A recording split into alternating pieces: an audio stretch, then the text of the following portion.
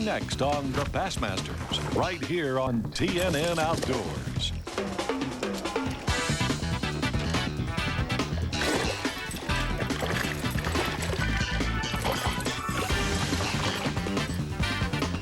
That'll help.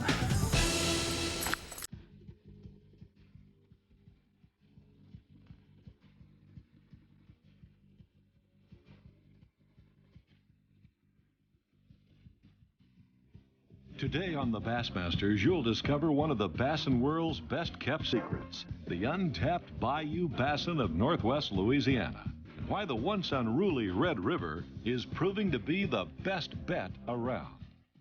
Shreveport-Bossier, the gateway to the sportsman's paradise, as Louisiana likes to be known, where folks know how to have a good time.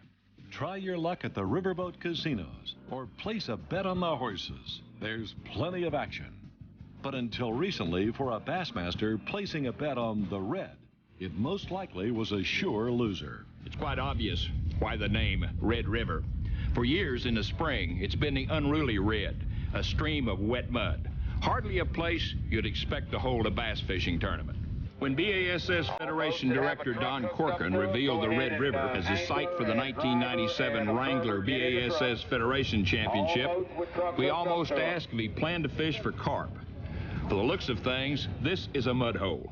But as our Bassmasters cameras follow the world's best Bass Club anglers into the backwater bayous and overlooked oxbows of the new Red River waterway, you'll quickly realize this is a fishing hole.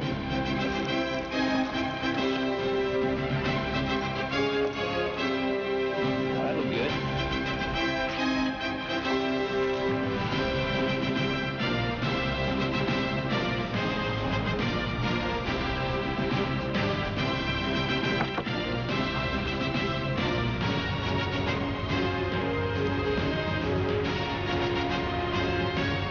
Good quality tournament fish, but he's just like the rest of them. Good fish a lot of people love to have, but I can't use him today. When a 2.5-pound bass won't boost your tournament creel, you've hit the bassin jackpot. Dalton Bobo may hold a hot hand, but this is a 3-day tournament. Yep, you got to know when to hold them and when to fold them.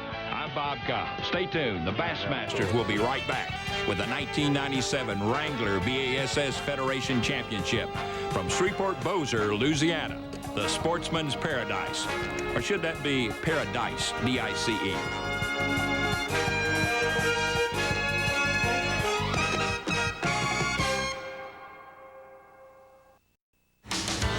Shreveport-Bossier, the port city spacing across the Red River in northwest Louisiana. It's the launch point for the 1997 Wrangler BASS Federation Championship. A field of 50 bass anglers, the best of 2,500 clubs and top qualifiers among 60,000 members of the Bass Angler Sportsman Society's Federation. An international lineup with qualifiers from Japan, Canada, South Africa, and Zimbabwe, as well as 46 state representatives from the U.S. The time is early May, a tough time to tackle a river system, particularly a river running ruby red and in flood stage. Opinions differ as to what stage the fish are in. I haven't caught anything with a bloody tail or looks like it's spawned yet at all to me. So I would say it's pre-spawn myself. I feel like they're all pretty much post-spawn. I believe they're through spawning out. Regardless, spawn or post-spawn, shallow or deep, Richard Swistak's confident. Realistically, I think I can catch a 20-pound sack. That's strong talk. We'll see if Richard can do the walk. If it was last year at the Federation Championship on the Mississippi River, we'd take the floodwater conditions and bet against the Eastern Division qualifying champion. Last year altogether, 49 anglers caught only 71 bass on the Mississippi. Until 3 years ago, the Red River south of the Shreveport-Bossier area bore a similar reputation for poor bass fishing. But that's when the Army Corps of Engineers completed the Joe D. Wagoner Jr. Lock and Dam No. 5, Red River Waterway Project, a series of locks and dams stretching 236 miles, all the way to the Mississippi River. Tournament anglers for the Federation Championship are limited to fishing the two upper pools, Lock and Dam numbers 4 and 5. Rather than spend time in the lock, most anglers opt to fish in pool number 5. Mark Wilson, a local Red River guide, believes that's a good tournament strategy. They put the lock in and put these jetties in. It's backed the water up at least 20 to 25 feet. And you can go over these sandbars and in these sloughs and get into these lakes and ponds. And there's probably 7, maybe there's 6, 7 lakes on this side of lock number 5, and it is excellent fishing. That's Richard Swistak's game plan. Yesterday afternoon, I pulled in a little hole and wiggled down through the trees. It's a long way back there, and once you get back, it's like a solid wall where the muddy water stops and clean water, real clean for here, for this time, for what it looks like right now. And I made about 10 pitches with a spinnerbait and caught 6 fish. I said, well, I better put it down. I want to stick what was in there, and I started pitching the jig and just letting them bite it, crush it up, and not sticking them. And there's a bunch of fish in there. And this one spot right here is real. It's special for this whole area because right here there's another pond you can see there. There's a little wash right here coming through. A little bit of current. There's a little pipe down there, and the fish are hanging right on it. Both of them fish I just caught came right out, a little bit of current there. And I'm just pitching this whole. It's a Arky, Jeff's Creepy Crawling Ground. The guy in the Kmart down here, and just had a nibble there, felt like.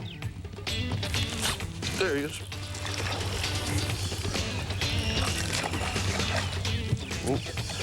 They've been running much bigger than that one, but he might make it. Alabama's Dalton Bobo has located a similar Clearwater area. The bass are stacked in here like cordwood. The key is bait fish activity and the blade size on his spinnerbait.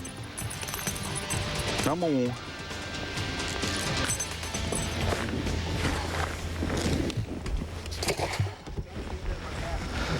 Well, I was using a spinnerbait with an Indiana blade, and I had that one big fish to boil on it and didn't take it. He shed running about the size of this willow leaf blade I got right here, so I changed from the Indiana to the willow leaf. It's a little wind-blown pocket here off of a big oxbow. And actually, it's about the clearest water you're gonna find in this oxbow.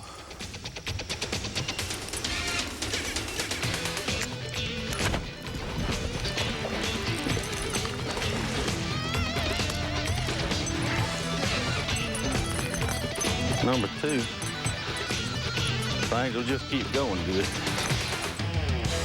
Zimbabwe angler Jerry Yusta is fishing his 3rd Federation Championship, a milestone of sorts.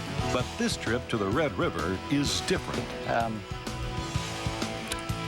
You know, really just being a pioneer, I suppose, on a new body of water. I know that the one area I found, I don't think a lot of people have been to it apart from the people that actually live on that oxbow. A little muddy water is not too upsetting to Indiana's Mark Dove. He catches bass on the Ohio River. But here, conditions are different. What I call real shallow water. This water here is 6.5 foot deep, and that's as shallow water as I've been able to find. I came in here looking for a shallow spawning flat when I was here a month ago thinking they were right in the middle of the spawn. Well, I come in this area right here, and I caught 3 big fish out here in 8 or 9 foot of water, and they were all on laying logs. And I didn't think too much about it until I came to one laying log and I saw a pot of bluegill up on it, and I saw a big fish chasing off. I threw it, I caught it, and it was about a 6-pounder. And I realized at that point there's no shallow water. What the fish are doing are getting on anything that's horizontal, that's got a little bit of water on top of it and spawning right there. But I'll take it. Rich Swistak's hopes for a 20-pound bag at weigh-in appear to be shrinking. Oklahoma's Kelly Walker is hanging in there, but he'll have to tree larger fish. Just 12-inch keeper size won't pay off in this Federation tournament. Oregon's Clay Hood figures a slow, soft plastic lure presentation will work in muddy water conditions, but only if you put them in the boat. The daily tournament limit is 5 bass, and Kentucky's Paul Lewis will bring his limit to the day 1 weigh-in. And so will Jerry Yusta, who's pitching a black and blue pro model jig with a soft plastic craw trailer. The Strike King jig has a dual rattle chamber. In muddy water, no doubt, the sound feature helps.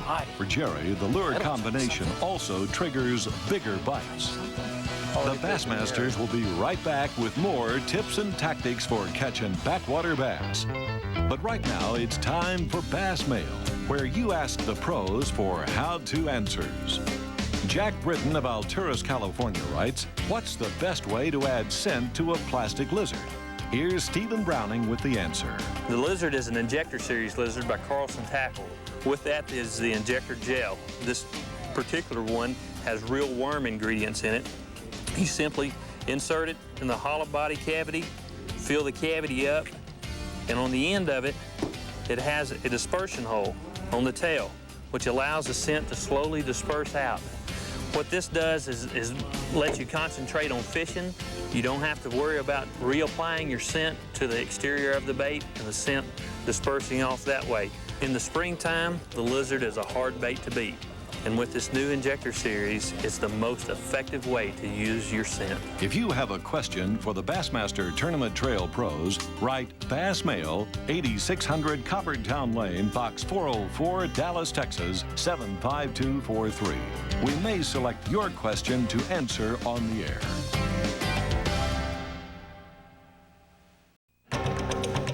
Well, all the talk is over. The proof is in the crib. It's weigh-in time in the 1997 Wrangler BASS Federation Championship. This is no ordinary bass tournament. To make it, you don't just plunk down an entry fee and show up. You pay your dues at the club level, state tournaments, and divisional qualifying competitions.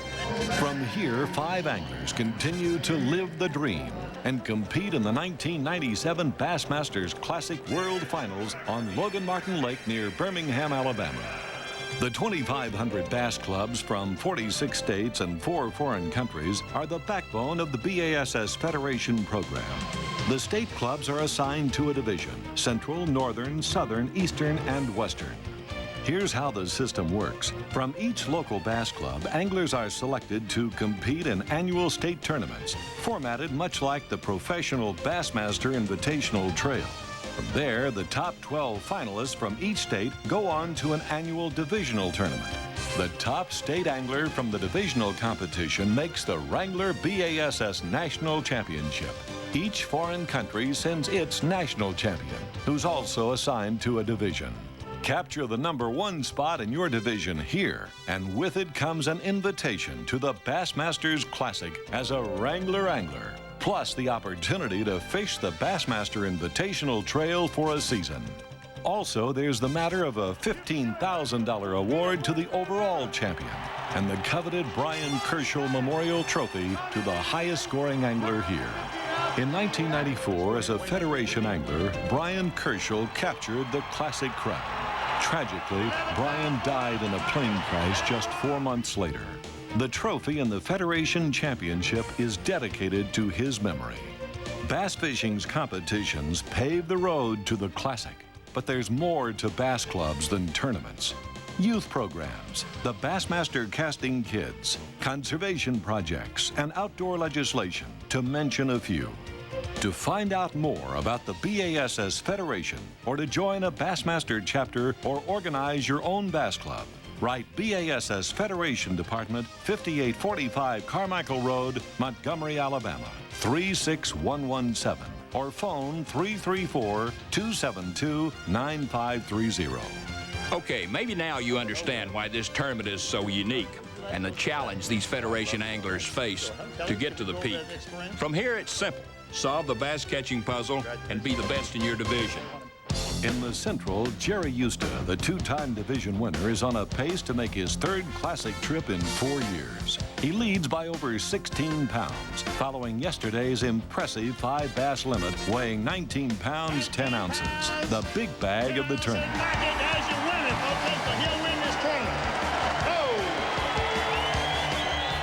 Scott Nielsen of Utah and Donald Wagoner of Arizona prepare to battle for the Western slot. Nielsen leads by almost 7 pounds, thanks in a big way to this 4-pound to 15-ounce big bass of round 1. The Eastern Division most likely will be decided between Pennsylvania's David Hall and Larry Howard of West Virginia. In the Southern Division, Dalton Bobo of Alabama is solidly out front with a 2-day total of 28 pounds, 13 ounces, and almost a 12-pound advantage. But today, weather-wise, it may be tougher. We got a cold front blowing in, bluebird skies. But there's so many bait fishing there, I think there'll be some fish in there. I may have to go back to the plastic bait to catch a fish. We'll just have to get down there and see how aggressive they are. As for the Northern Division, pencil in the name Mark Dove of Indiana. With over a 9-pound lead, he surely locked up a classic berth. I don't want to hear that lock business because all it takes is one log out there, one lower unit, and I don't make a cast today, and that's what makes me more nervous than anything else. There he is right there. That fish is right there. See that big boil just come up? Spawning right there. Yeah, talk it.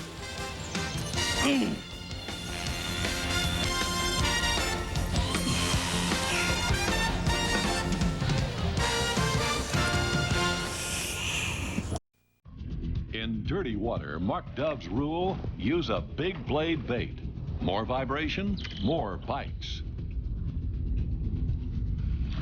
How about that? It's a start. Water here's got a lot more stain to it than what a lot of other fishermen are fishing and are finding their fish in, so they've just ignored this, but fish still got to eat. I don't think they float up and starve when the water gets muddy like this, so you just got to find something that they'll bite. That Colorado blade seems to be the ticket right now. I caught one yesterday about 3.5 pounds off that same log.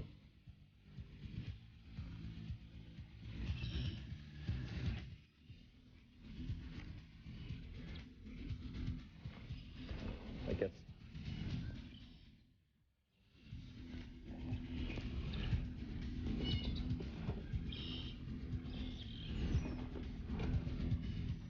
A spinnerbait's working for David Hall, too.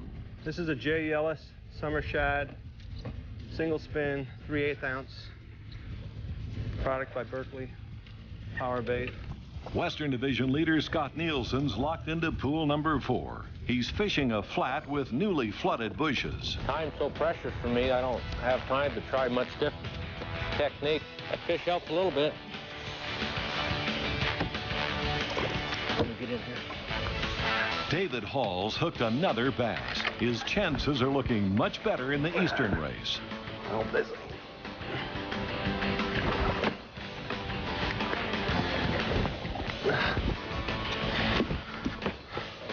As expected, Dalton Bobo's camped on his sweet spot, and it's paying off like a riverboat slot machine. Another fish I can't use, though. Moments later, an instant replay. Another cast, another strike, and another, for Dalton Bobo, a throwback.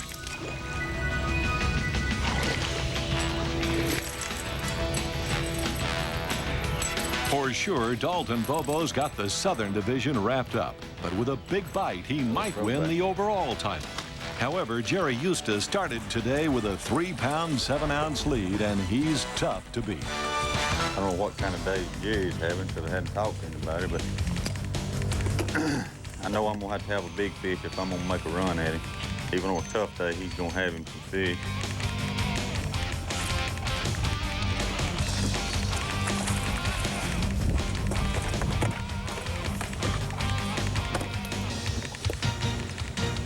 Roger.